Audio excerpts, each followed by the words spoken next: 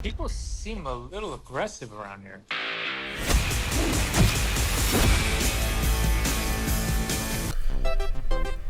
Et bonsoir à tous, aujourd'hui on se retrouve pour une toute nouvelle critique, micro-critique je pense, parce que je ne pense pas parler très longtemps de ce film, mais il méritait quand même une critique à part entière, donc j'en fais une critique, voilà. Il s'agit de Roadhouse, le remake du film de la fin des années 80, Roadhouse, voilà, juste ici, je l'ai regardé, je l'ai acheté exprès pour la sortie de ce film, tout comme Le Salaire de la Peur, qui ont fait un remake. J'ai très peur de voir ce que ça va donner, mais du coup Roadhouse, oui effectivement je l'ai vu, c'est pas terrible, non, malheureusement c'est pas terrible, voilà, je vais pas vous mentir, c'est sûrement un des films les moins bons des années 80, voilà, en tout cas dans les cultes, on va dire.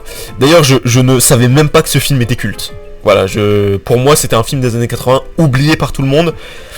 Et il est ressorti, enfin ils en ont fait un remake, je comprends pas le projet.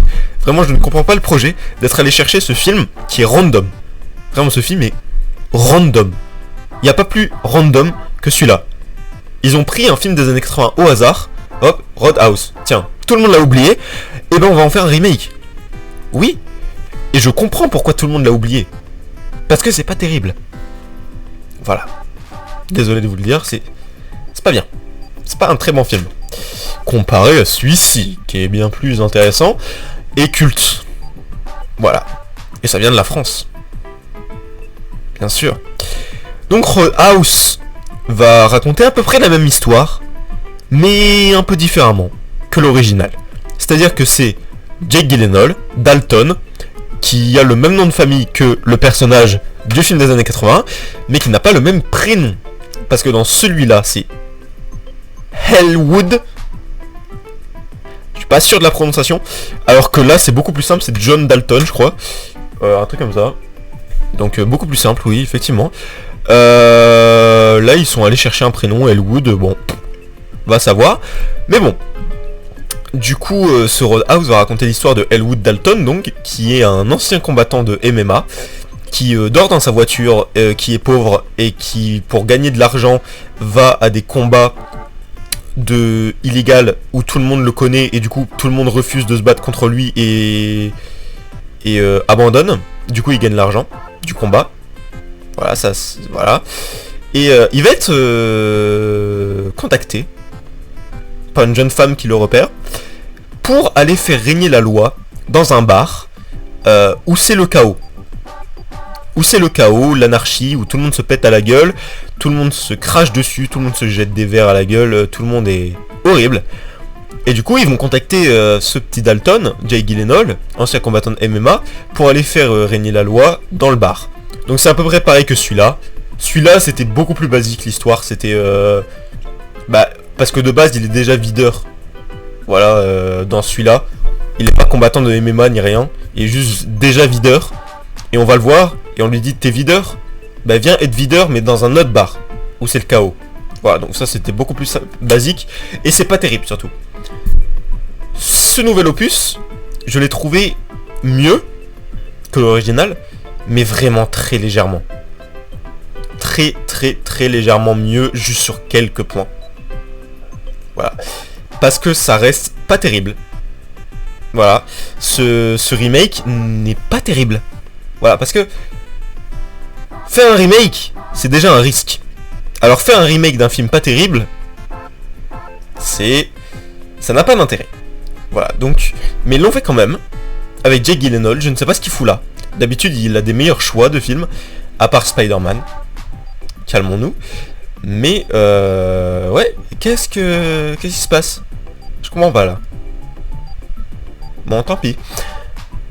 Ce Roadhouse, du coup, le point positif quand même, le gros point positif, c'est les scènes d'action, et plus précisément les scènes de combat. Voilà, les scènes de combat qui sont bien chorégraphiées, bien filmées, bien cutées, bien montées, très dynamiques, c'est cool. Voilà, les scènes de combat, les scènes de fight, où ça se pète à la gueule, c'est très cool. Et il y a même des scènes intéressantes, où par exemple, tout le bar se fout à la gueule, du coup on va jouer avec des plans séquences, on va filmer toute l'action, etc., se balader dans le bar où c'est le chaos, etc., et en filmant, en étant dynamique et tout, ça c'est très intéressant. Et ça c'est vraiment bien fait. Voilà. Donc les scènes de combat c'est vraiment bien fait. Après, tout le reste du film, bah on se fait chier. On se fait chier parce que déjà quand j'ai vu l'original, pendant le film et à la fin du film, j'ai fait bah ok, mais je m'en bats les couilles. C'est vraiment l'histoire la plus inintéressante qui existe. Un videur dans un bar où c'est le chaos. Mais on s'en bat la race. Pourquoi t'en fais un film de 2 heures? Un videur qui est contacté pour aller dans un bar et faire le videur pour faire régner la loi dans un bar où c'est le chaos. Voilà, c'est la vraie vie, le film. C'est inintéressant. Je sais pas, j'ai un gros problème avec cette histoire et avec ce film, parce que l'histoire, enfin le pitch de base, ne m'intéresse pas. Ça ne m'intéresse pas du tout. Je m'en bats les couilles. C'est vraiment le film, il est là, je fais, bah oui, mais rien à foutre. Faut rencontrer peut-être des problèmes de performance. Waouh. Mon ordi qui bug. Ouais, et du coup ce Roadhouse 2024, et ben c'est la même chose. C'est la même chose. Vu que c'est à peu près la même histoire, et ben j'en ai rien à foutre. Voilà. Ça passe par une oreille et ça sort de l'autre. Là pour le coup ça rentre dans un œil et ça sort de l'autre, parce que les films on les regarde, aussi on les entend, et on les ressent. Parce qu'on adore le cinéma. Bref, du coup... Ouais, j'en ai rien à foutre. Voilà. Fin de la critique, ciao. Non, mais en vrai, si l'histoire m'intéresse pas, le film va pas m'intéresser. Du coup, ce qui sort vraiment du film, effectivement, c'est les scènes d'action, les scènes de combat. Mais pour tout ce qui est du reste, bah pendant tout le film, on se fait chier, quoi. Les relations entre les personnages, pas très bien développées. Voilà, on s'en bat les couilles un peu. C'est pas le but. Comparé à celui-là, il y avait une volonté d'écriture, mais tellement mal foutue que c'est de la merde. Et je pense qu'ils s'en ont rendu compte, parce que dans ce Roadhouse là 2024, eh ben, il n'y a plus aucune volonté d'écriture. Que ce soit du développement des personnages, écriture des personnages, écriture des rebondissements, n'importe quoi. Tout ce qui est en rapport avec l'écriture, aucun effort dans celui-là. C'est même pas qu'il y a aucun effort, c'est juste qu'il n'y a aucune volonté, c'est pas le but. Et du coup, ça se voit que ce Roadhouse 2024, eh ben, c'est fait juste pour le divertissement, juste pour divertir les gens, un film d'action, voilà, de combat stylé. Voilà, bref, c'est juste pour divertir. C'est un film c'est parfaitement la définition du film de streaming. Voilà, le film qui est là pour remplir les catalogues des sites de streaming, enfin des plateformes de streaming. Et c'est d'ailleurs un truc que je n'ai pas compris avec le film, c'est que bah tous les gens qui sont derrière le film ont fait la gueule et ont craché sur Amazon parce que le film ne sortait pas en salle. Sauf que, messieurs dames, Internet existe en 2024 et c'est très simple de savoir quand il y a un bourbier quelque part. Savoir quand les gens mitonnent un petit peu. Voilà.